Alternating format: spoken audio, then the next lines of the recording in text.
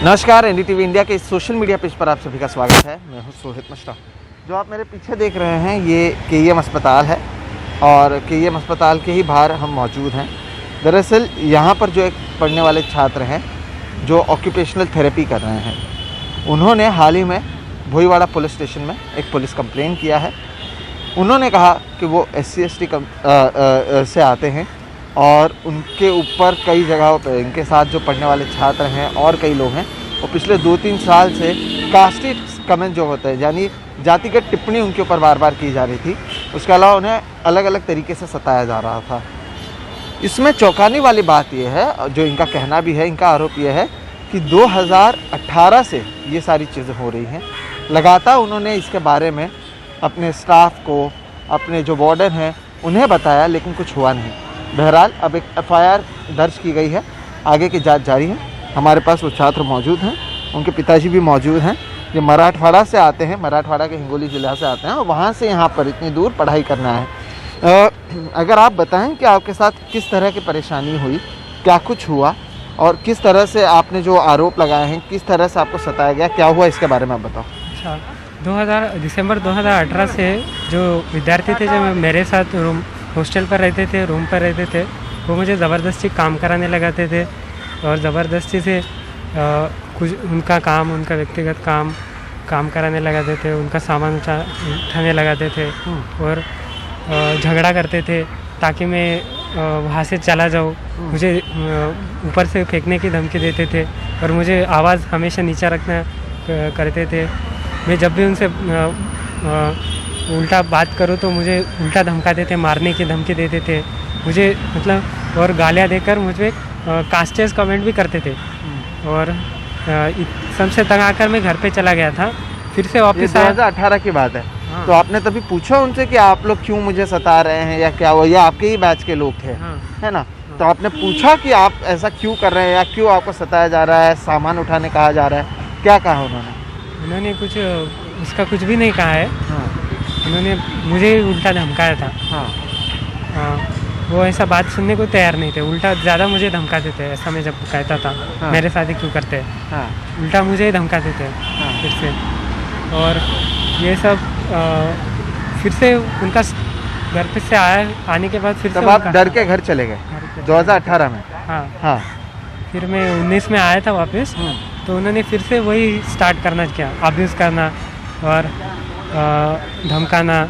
और मुझे नीचे बेड नहीं गया था हॉस्टल फैकल्टी से, और मैं नीचे सोता था तो उनको बेड मांगा गया, फिर भी नहीं दिया गया। और जो उनके शूज़ थे, उनके पास 5 to 7 पेयर्स थे, वो सभी मैं जहाँ पे सोता था वहाँ पर ही रखते थे।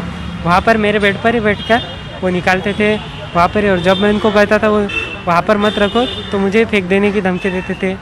और वार्डन को कहने के बाद भी उन्होंने कुछ भी नहीं किया था। आप वार्डन को आपने क्या कहा था, वार्डन ने आपको क्या कहा था? वार्डन को कहा था मुझे बेड नहीं दे रहे हैं और यहाँ पे शूज़ वगैरह रख रहे हैं। तो वार्डन ने मतलब उन्होंने कुछ भी नहीं दिया। वो उन्होंने कहा कि अभी बेड नहीं है। ये फर्स्ट ईयर की बात है। हाँ, अब मुझे बताइए कि फर्स्ट ईयर में कई छात्र अलग अलग रूम्स में रहते थे।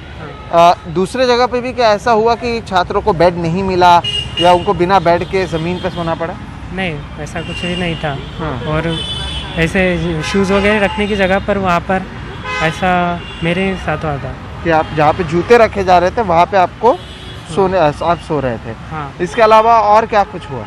उनके बाद उन्होंने ऊपर से वो काम कराने लगाते थे, उनका सुना नहीं तो वो तीनों भी मेरे पर झगड़ा कराने लगा। काम कराने लगते थे मतलब क्या करवाते थे? झाड़ू मारना, उनके जो बर्तन साफ़ करना, उनका सामान लाना। अच्छा। हाँ। और वहाँ पे उनके जो कपड़े हैं उनको पे ये करके रखना, घड़ी करके रखो, ऐसा। तो मैं जब कहता था तो तू हिम्मत कैसे हुई ऐसा बात करने की, और ऐसा वो करते थे। आप मुझे एक बात बताइए, तो क्या आपने इसकी शिकायत, जैसे अगर वार्डन ने भी सोचे आपकी बात नहीं सुनी, हाँ। तो जो डीन है या और भी स्टाफ है या फैकल्टी है, क्या उनको आपने मैसेज में कंप्लेन किया या मिलकर कंप्लेन किया, ये उनको बताया कि ऐसा कुछ हुआ? हाँ, बताया था। कभी बताया था ये? मार्च और अप्रैल 2019 में बताया था। वो वार्डन को मैंने पहले बताया था और क्लास इंचार्ज को भी बताया था। और बाद में जब मैंने फिर डीन सर को कंप्लेंट किया था और वार्डन्स को भी रिटर्न एक बताया था कि ऐसा ऐसा हुआ है, तो उन्होंने उसका कुछ सोल्यूशन नहीं निकाला और मुझे बाद में 1 महीने के बाद उन्होंने बुलाकर मुझे ही धमकाया कि तू ऐसे कंप्लेंट करेगा तो तुझे कॉलेज से निकाल दिया जाएगा। अच्छा, जो पीड़ित है उनके पिता भी हैं, आपको भी क्या बुलाया गया था? क्योंकि आपको जब इसने बताया होगा कि इस तरह की परेशानी होती है, तब आपने आके बात करने की कोशिश की, क्या कहा गया? मैंने बात करा, माला भाई उससे 1 साल होगा वो छोकरे झगड़े कर रहे, उसको नीचे फेंकने की धमकी दे रहे, उसको रैगिंग कर रहे, गालियाँ दे रहे, तुम ये कंप्लेन करे वाला है वो, तुम उसका सॉल्व करो।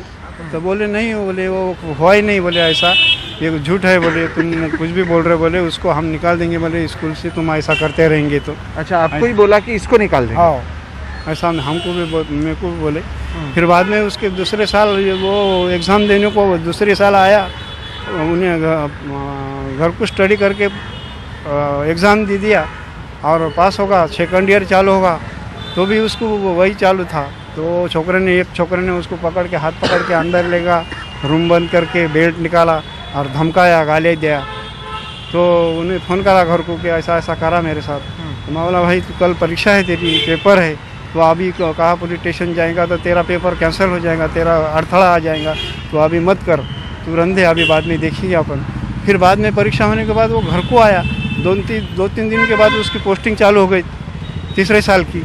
तो मेरे को जाना पड़ता, बोला तू जा कि मैं आता तेरे पीछे से 2-4 दिन में।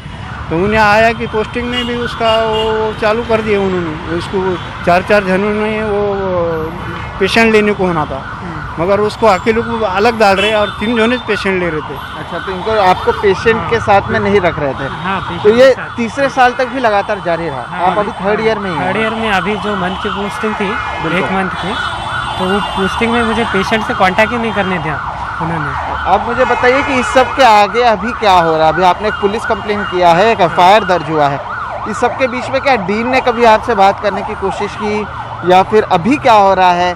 क्योंकि हर एक कॉलेज में ये होता है कि एक एंटी रैगिंग कमेटी होती है, तो जब पहले से ये रैगिंग हो रही थी, आपने वहाँ पे जाने की कोशिश की, आप कह रहे हैं कि आपने डीन को लेकर सबको मैसेज किया, कोई जवाब नहीं मिला था, तो अभी क्या कह रहे हैं? और ये एंटी रैगिंग कमेटी ने तब क्या कहा था? तभी तो मुझे ही धमकाया था। और अभी 15 को एक एंटी रैगिंग कमेटी हुई थी, उसमें तो उन्होंने डिनाई किया। अभी जो 30 को हुई, उन्होंने मुझे पर्सनली बात नहीं की, डायरेक्टली आपसे बात नहीं हुई उस कमेटी? नहीं, बस मुझे नहीं, कमेटी में डायरेक्टली बिठाया गया, क्वेश्चंस कुछ आड़े टेढ़े पूछे गए क्रॉसिंग के, पर उन्होंने डिनाई किया फिर बाद में। तो बस मुझे ऐसे क्वेश्चन ही किए गए डायरेक्टली, पर्सनली उन्होंने कभी मुझसे पूरा मैंने डिटेल में उनसे बात नहीं, उन्होंने नहीं बुलाया कि बता तुझे प्रॉब्लम क्या है। डायरेक्ट मुझे कमेटी में लेकर सेक्रेटरी ने डायरेक्टली मुझे ज़बरदस्ती कमेटी में बिठाया गया। अच्छा, तो अभी आप लोगों ने पुलिस कंप्लेंट किया है, आप लोगों की क्या मांग है? एक तरफ FIR दर्ज है, पुलिस की ओर से भी जांच की जा रही है, आप लोग मांग क्या करते हैं? आरोपियों की जल्दी से जल्दी गिरफ्तार करो और उनके ऊपर कार्रवाई करो। और जो डीन जो है, उन्होंने 2019 को जो कार्रवाई की नहीं, उससे वो अगला प्रकार होगा। और उनको दबाया, उनके साथ रहे, उनके ऊपर भी कार्रवाई करे, उनको भी अट्रैक्सिटी एक्ट में दोनों डीन को दाखिल करो। बिल्कुल। तो कहीं ना कहीं ये हम आपको इसलिए भी बता रहे हैं क्योंकि आपको, मुझे नहीं पता आपको याद है या नहीं, लेकिन इससे पहले ही हमने इससे पहले पायल तड़वी की भी एक खबर की थी, जिसमें वो जो महिला है उन्होंने आत्महत्या कर लिया था।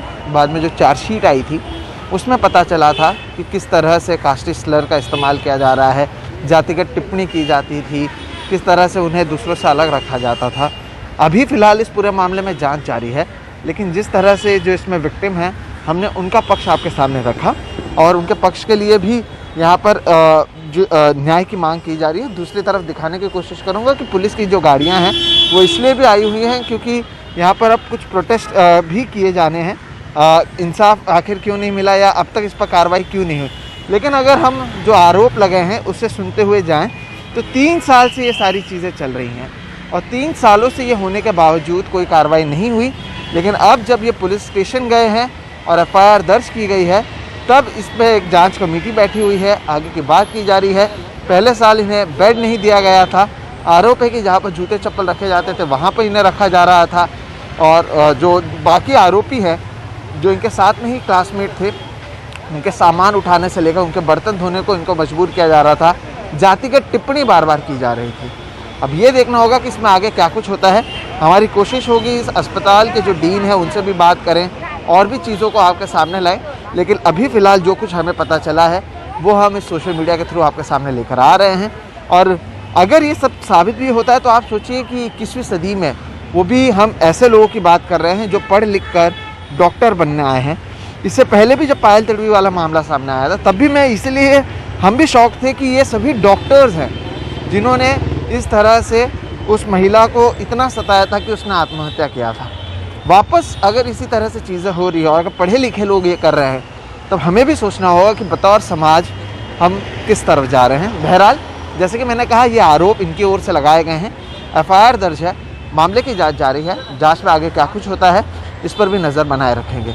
फिलहाल इस सोशल मीडिया पेज पर इतना ही। मेरा नाम है सोहित मिश्रा, कैमरे के पीछे है राजेंद्र दयालकर। आप देख रहे हैं NDTV इंडिया का सोशल मीडिया पेज। नमस्कार।